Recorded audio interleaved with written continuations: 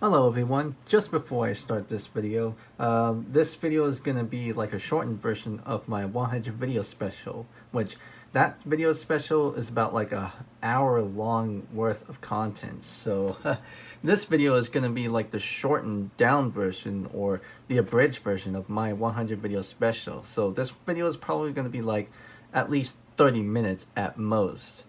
But yeah, if you do want to watch the full hour-long video, it should be up in the cards, which it's probably up there now, or it should be in the video description. But anyways, let's get on to the video, shall we?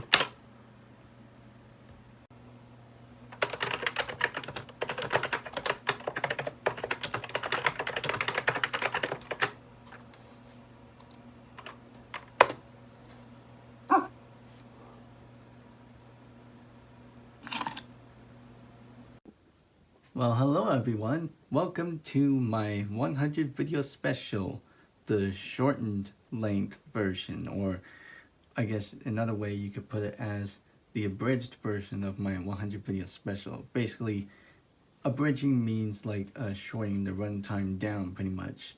So this is pretty much like a shortened version of my 100 video special. But anyways, enough about that. Let's get on to first off, the history of my channel. I created this channel in May 11, 2020.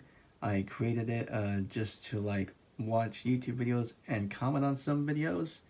And I made my first upload on May 19th of 2023. Because for the span between 2020 when I created the account to 2023, I haven't really made any videos because I wasn't even comfortable in making one until one day in May of 2023, I decided to start uploading one. And that video involves me starting up this Intel Compact. We'll get into that shortly. Booting up with Windows 98 2nd Edition. And the rest is, history. But anyways, for this 100 video special, we're going to be taking a tour of my retro computing collection. So, today, we'll start off with these ones here, first and foremost. So these are the two duos of Compaqs, if that's what I call them. I have the AMD Compact on the right and the Intel Compact on the left. The AMD Compact is where we're going to be starting because this is the first computer in my retro computing collection. This is basically a Compaq Presario 7000 series model computer with an AMD Athlon processor at 800 megahertz. It has a ATI Radeon graphics card, a 500 gig hard drive, and whatnot. Won't get into the nitty-gritty details of the hardware, but anyways, I got the computer here. Got it in 2022, at the beginning of 2022, with all the peripherals that I have in here. Got the MB540 CRT monitor, JBL Platinum speakers that are mountable, and the compact internet keyboard, and the Logitech mouse. So, why don't I go ahead and start this up for you.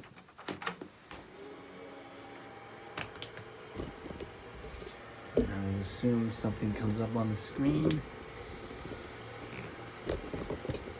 Doing tripod work here because the previous video I did just doing handheld. Anyways, what we got here? Windows 2002, that's Windows XP, Windows 2000, Windows 98. Jump into Windows 98 here. So Windows 98 is running on here. But just starting up Windows 98 on this compact, my mileage can vary. Sometimes it can crash, sometimes it can freeze, sometimes it can restart, and sometimes it just starts normally. But we'll just have to see and wait what happens. Either way, I'm just gonna not gonna let you guys sit through here and just talk, but we'll go through this eventually. Either way, yeah, so we made it. Now I can just hit escape to get into the default user account.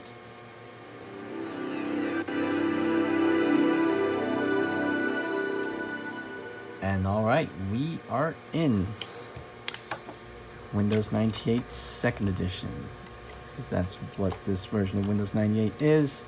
An improved version of the original release of Windows 98, otherwise known as Windows 98 First Edition, because Windows 98 First Edition did have its own fair share of problems that were resolved by this version. Windows 98, copyright 1981 to 1999, Windows 98 2nd Edition, yada yada yada. Yep. A little short overview. You can see all the list of programs that I have. I mentioned all the programs I have on this computer in detail in my long form video. The hour-long video that I have. Alright. Now on to my Intel Compact.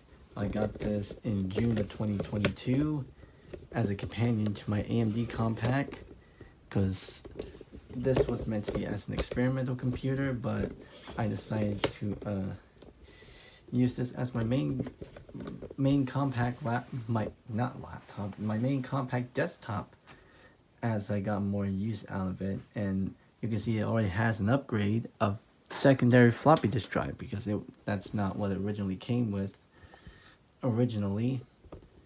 And yeah, you may notice that I did add its working CDRW drives to both of these systems, obviously, but that's not what we're getting to.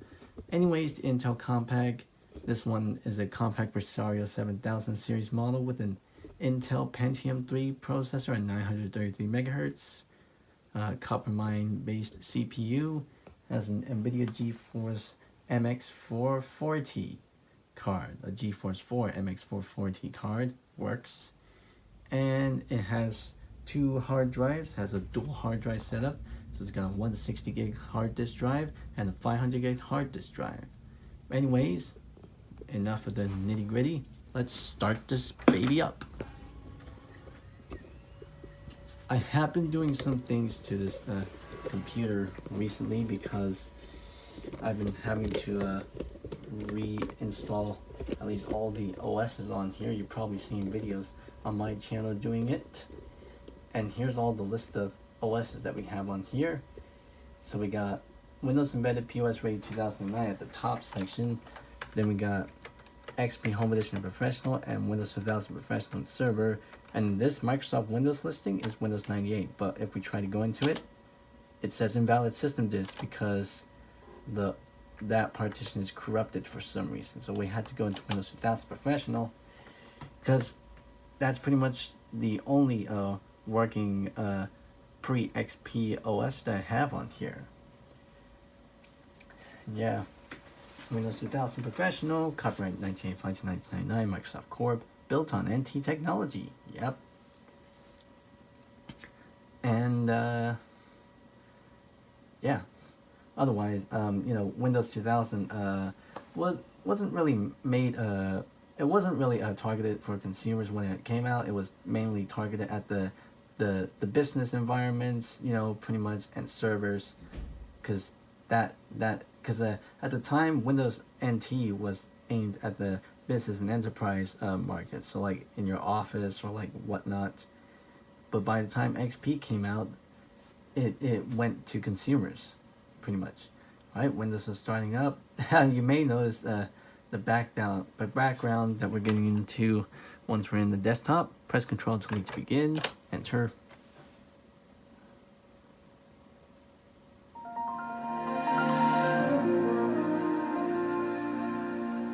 Alright, and we're in the desktop. Now, you may notice this background in several of my videos, and you also may notice the other background I had on my AMD Compact.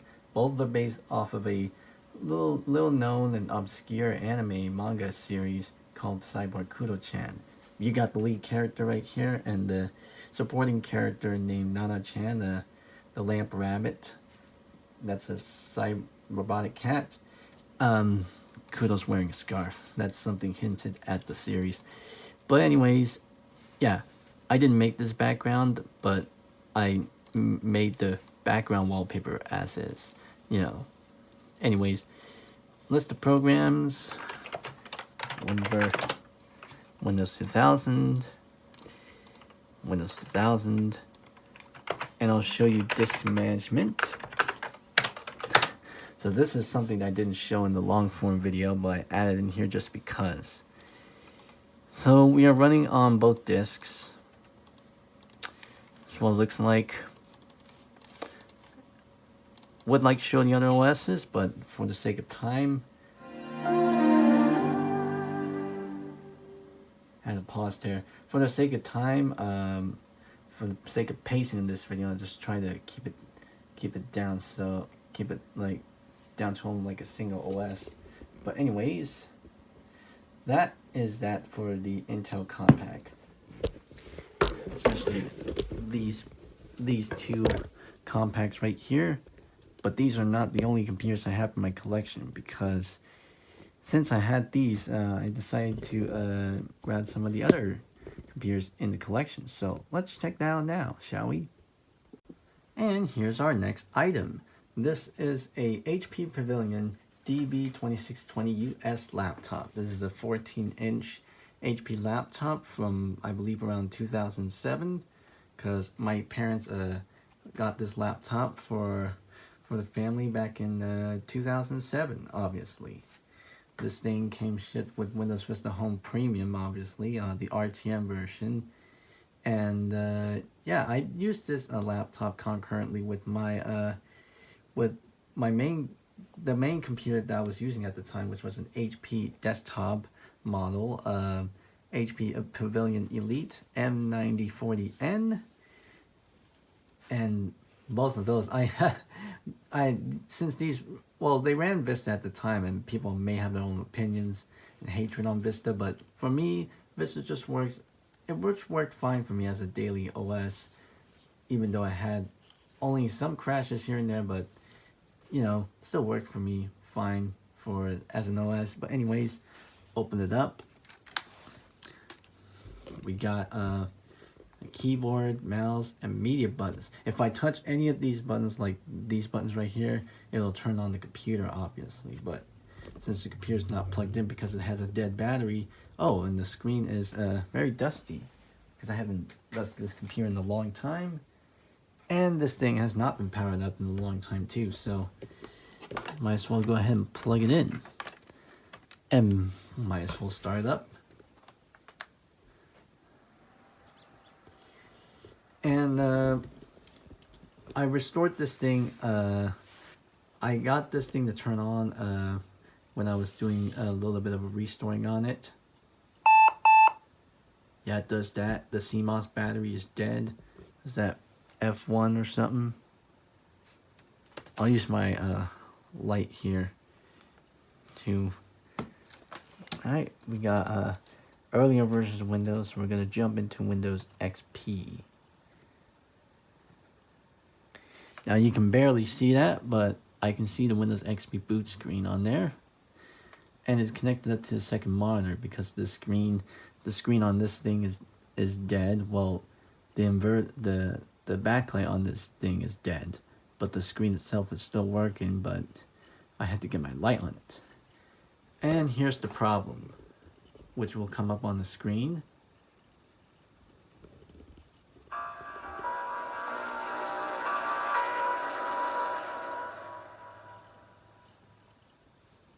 That startup sound is very, very distorted. It sounds scary, in fact, like eerie-some. But hey, it's October. It's that time of the season, so why not? Maybe it would be fit. But anyways, this is the problem. This is pretty much what happens when I don't plug this computer on for a prolonged period of time. It tends to wake up very sick, like this one.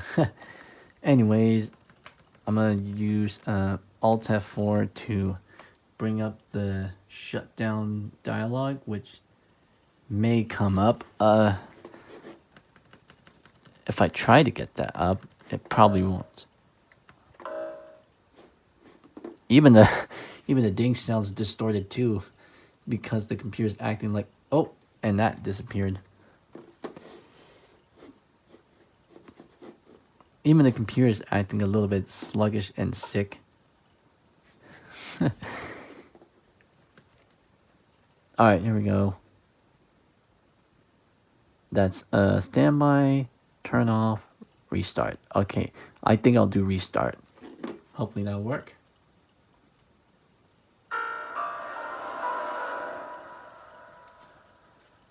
We even got a distorted shutdown sound too. That also sounded eerie some.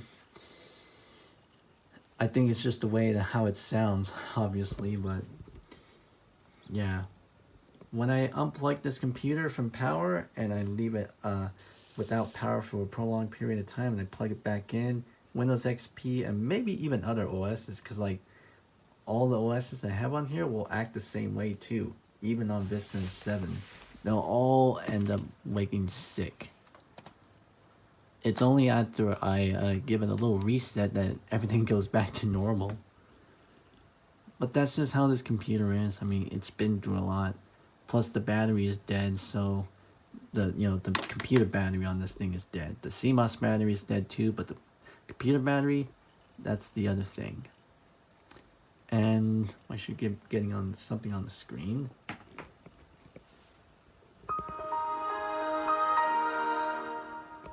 There we have it. Just a simple reset fixed everything. Anyways, here we are.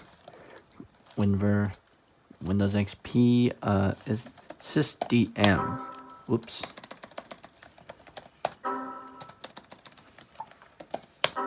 Oh, you're serious. I cannot access sysdm. That usually opens up this window. But yep, Microsoft Windows XP with Service Pack 3, manufacturing supported by HP. And yep, I got everything as far as XP pretty much goes. It's pretty much a basic install of Windows XP. Turn off. Well, I'll probably restart.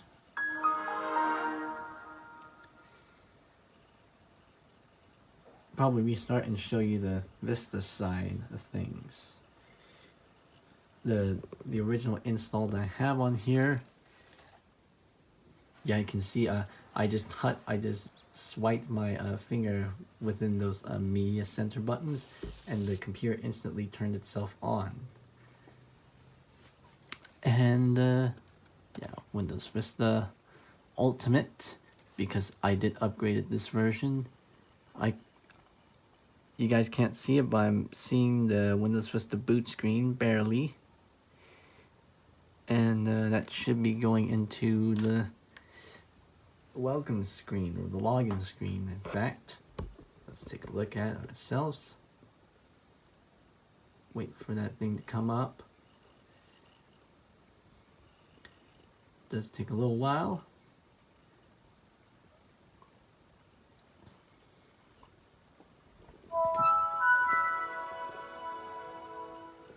Here we go, Windows Vista Ultimate. Now this is basically like the factory install of Windows Vista on here that I upgraded to Windows Vista Ultimate Service Pack 2, obviously.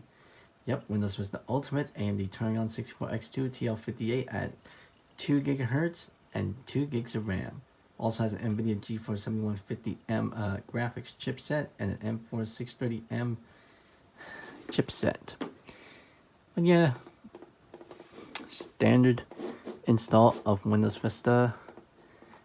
It's got all the quote-unquote bloatware that people like to make fun of. But I do have all the Windows Live stuff, and I do have Revon installer to get rid of the bloatware, some of the bloatware on this thing, some of the useless stuff on here, but anyways, yeah, this is my HP Pavilion laptop as it is. Go ahead and shut it down, since due to the sake of time. Logging off, shutting down. And I'll wait for that to go away for a sec.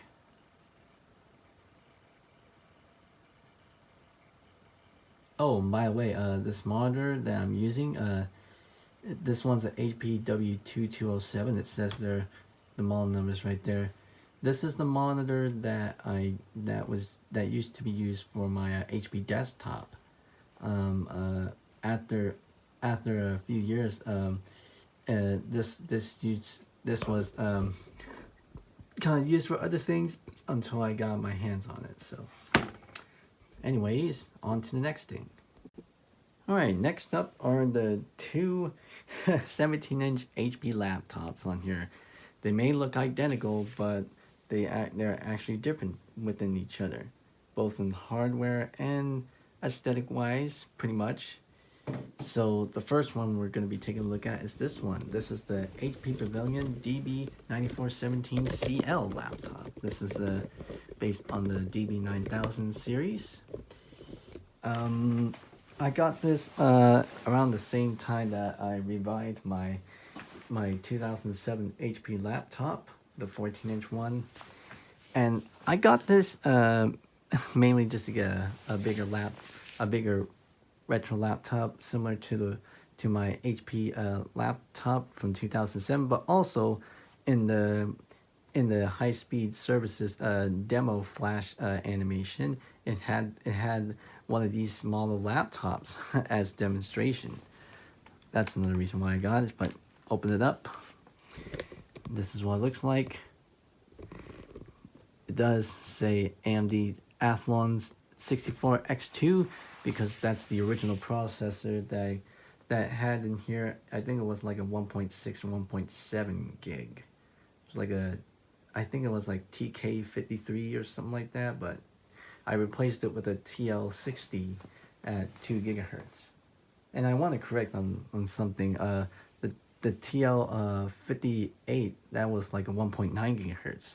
The one that's in here is a TL60 at 2 gigahertz. Anyways, let's power it on.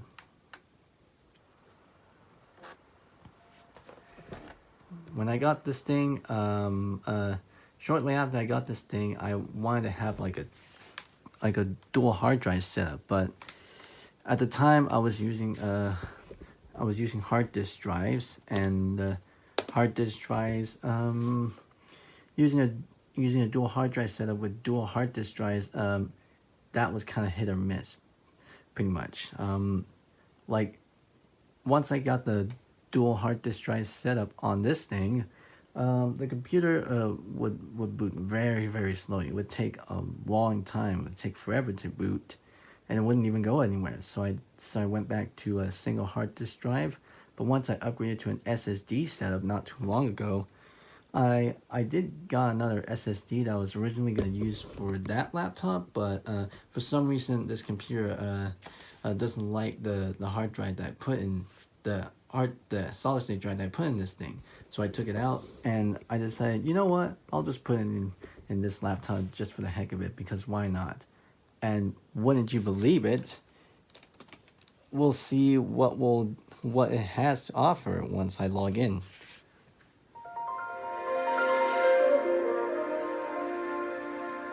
And here we are in the Windows 2000 style Windows XP. Let's go on disk management and see our 2 drives. Yep, there we have it. So, like I said, this is not fake, it's real. I literally have a dual hard drive, a dual solid state drive setup on this thing, which is pretty fascinating. The main hard drive in here is a 500 gig solid state drive, and the other hard drive is a 512 gig solid state drive.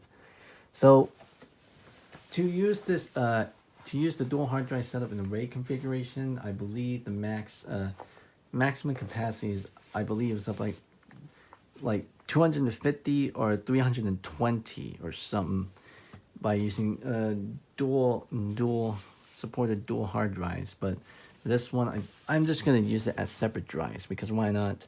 Yep, all of our drives are listed here, which is good. I would like to show the other OSs, but because of the sake of time, I will not. So I'll shut down.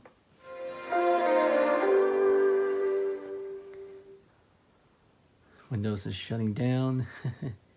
Now, I may well ask why I had that Windows XP installed style like Windows 2000 on that thing, for this laptop. I'll get into that very, very soon in another video. But next up is this one. This is the HP Pavilion DB9620 US laptop. So I consider this as a the big brother to this one, because this is a DB2620US and this one's a DB9620US. They're kind of similar in nature by model number alone, but this one's a 17-inch and this one's a 14-inch. They did also make 15-inch versions of these types of laptops around that time. It's based on the HP Pavilion DB6000 series. I don't have one of those, but I would like to get my hands on one day. But anyways, you may notice the styling on the the styling on this laptop is a bit different than this one. You can see this one's more like a wavy pattern. You can't see it, but it's wavy. And this one's a little bit more like a different style. It's called Radiance, obviously, officially. Let's open it up. And this is what it is. This is what it looks like. Now, obviously, this does have a screen problem. Obviously, because on the listing that I got this computer in, said that it had a red screen. So let's power it on, and let's take a look and see what it's true or not. Oh, doesn't seem like it has a red screen. But what if I tilt it up a little bit? Oh, we're seeing red, and we got red. Now, in my hour-long video on this thing, I mentioned that yep. I mentioned that I thought that the cause of the red screen was probably due to the motherboard or the chipset itself, but as soon as I plugged this thing into the secondary monitor, there was no red artifacts on it. So my my conclusion to the source of the red screen is probably because of, there's a bad connector or a bad ribbon cable.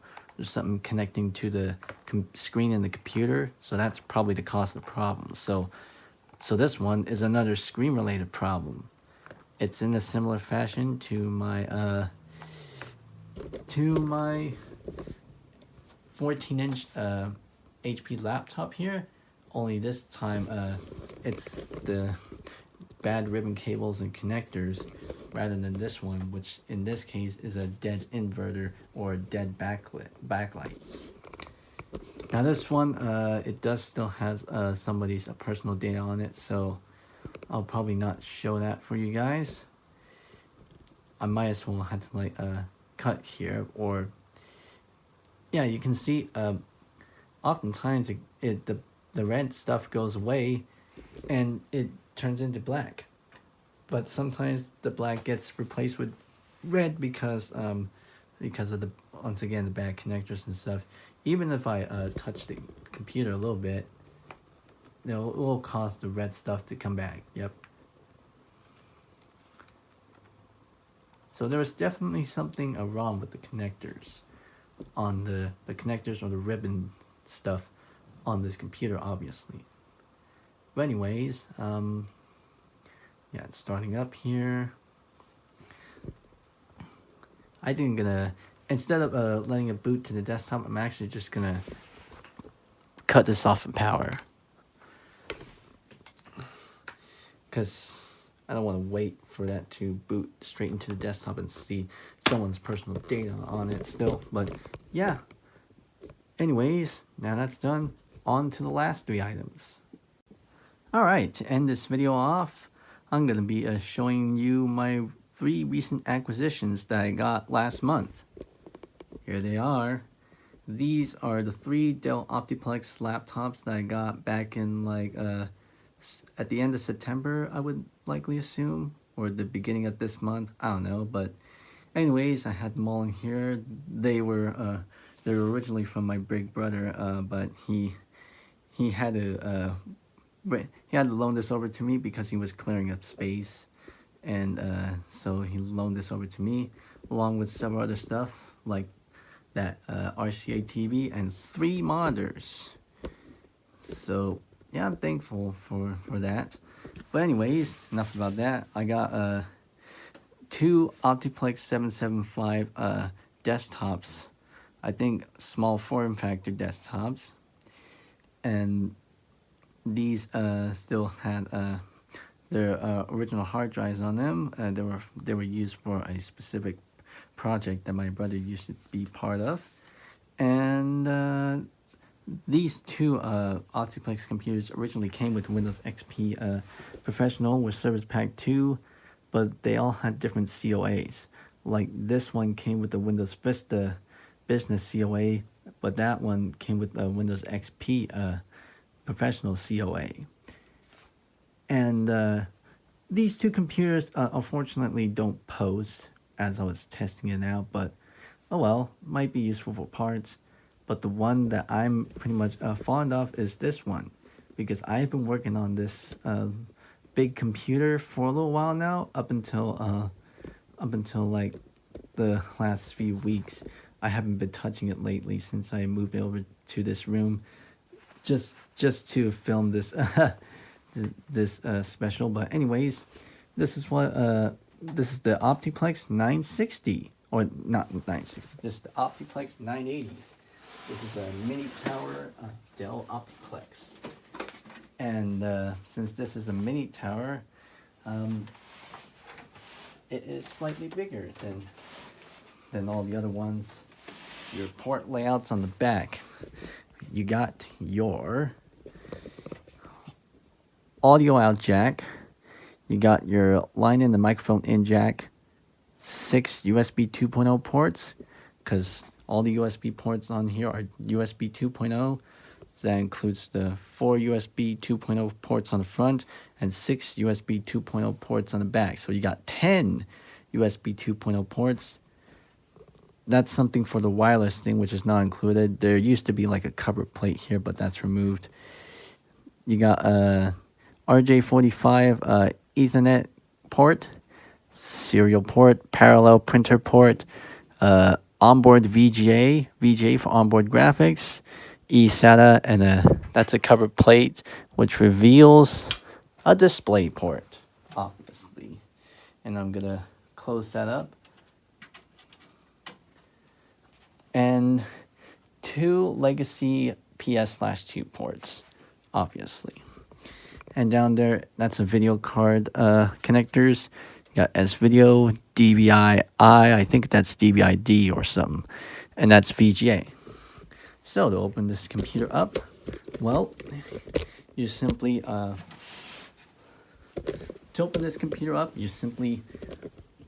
lift this latch, and then out comes the sliding case. And inside the system, we got our video card, which is an NVIDIA GeForce 8600 GT video card. It's an older card than what this computer is built. It's plugged into the topmost PCIe slot. It used to be on the bottommost PCIe slot. That only supports 4X cards. Well, it can accept X16 cards for running at 4X speeds. But this one runs it at, I put it at the topmost card and it runs at X16. I also have a temporary hard drive set up on here because I don't have a 3.5-inch hard disk drive yet, or even like a 3.5 to 2.5 adapter caddy. But anyways, boy, that's the caddy for the 3.5-inch drive, which I don't have. But yeah, I'm trying to make this video as quick as I can. But anyways, opening and closing up Dell OptiPlex, even of this type, is fairly easy. Practically more easier than my 2 Compaq systems. But yeah, by the way, this came with Windows 7 Professional, but it did say, because I checked the details for this thing by checking up its service tag, it said in one of the options, it said Windows 7 Professional downgrade to Windows XP Professional Service Pack 2. So yes, this thing can also run Windows XP. obviously, but yeah, well, as you can see, you do get the 4 USB 2.0 ports, and then you got a headphone and a microphone port on the front. Then you got your standard optical drive and the standard power button, and all the service tag and manufacturing date stuff's on here. This computer was manufactured in like May of 2010, so this is an early 2010s Dell OptiPlex. But anyways, I think we reached to the end point of this video. So yeah, and I do want to correct on the number of subscribers. The long form video I mentioned I had 607 subs. This time I had about like 615 subs at the time of recording, but that number may change. But anyways, yeah, we reached the stopping point of this special, this condensed version of the special. Don't know how long it'll be, but anyways, yeah, thank you all for watching this 100 video special, even if it's a short one. I'll have the link to the hour-long version in the cards or in the description. But anyways, yeah, thanks for watching this video, and I'll hope to see you all in the next one. See you later.